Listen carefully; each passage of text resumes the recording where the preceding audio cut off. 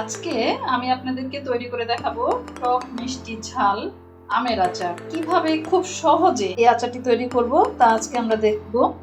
আমরা অনেকেই আসলে আচার তৈরি ঝামেলা দেখে তৈরি করতে চাই না, তো আজকে আমি দেখিয়ে দেব কিভাবে খুব সহজেই আচার তৈরি করা যায়। আমি প্রথমে একটি কড়াইতে নিয়ে নিয়েছি হাফ কাপ পরিমাণ সরিষার তেল। সরিষার তেলটি একটু গরম হয়ে আসলে আমি এর মধ্যে দিয়ে দেব 5 ফোড়ন, 3টা এলাচ দিয়ে আমি একটু নেড়ে নেব। এখন আমি এর মধ্যে দিয়ে দিচ্ছি 2টি শুকনো মরিচ, আমি একটু কেটে নিয়েছি। এটাকে হালকা একটু নেড়ে এর মধ্যে দিয়ে দেব কাঁচা আম, যেটা আমি আগে কেটে রেখেছিলাম। আমগুলো দেওয়ার পরে আমি একটু নেড়ে নিচ্ছি। এখন আমি এর মধ্যে দিয়ে দিচ্ছি সামান্য পরিমাণ লবণ, তারপরে চিনি, সামান্য একটু হলুদের গুঁড়া দেব যেন এটার রংটা খুব সুন্দর হয়। চিনি দেওয়ার কারণে দেখুন কিরকম পানি বের হয়েছে।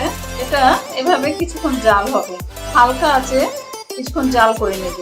5-7 মিনিট জাল করার পরে দেখুন এটা কি সুন্দর হয়েছে।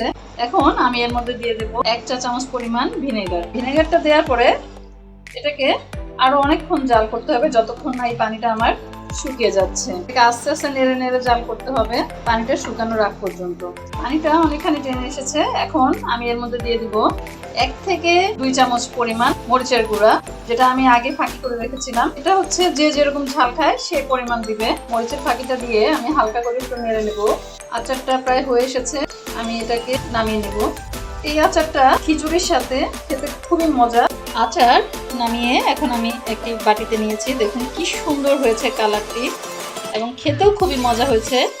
এভাবে আমরা খুব সহজে তৈরি করে ফেলতে পারবো টক মিষ্টি আমের আচার।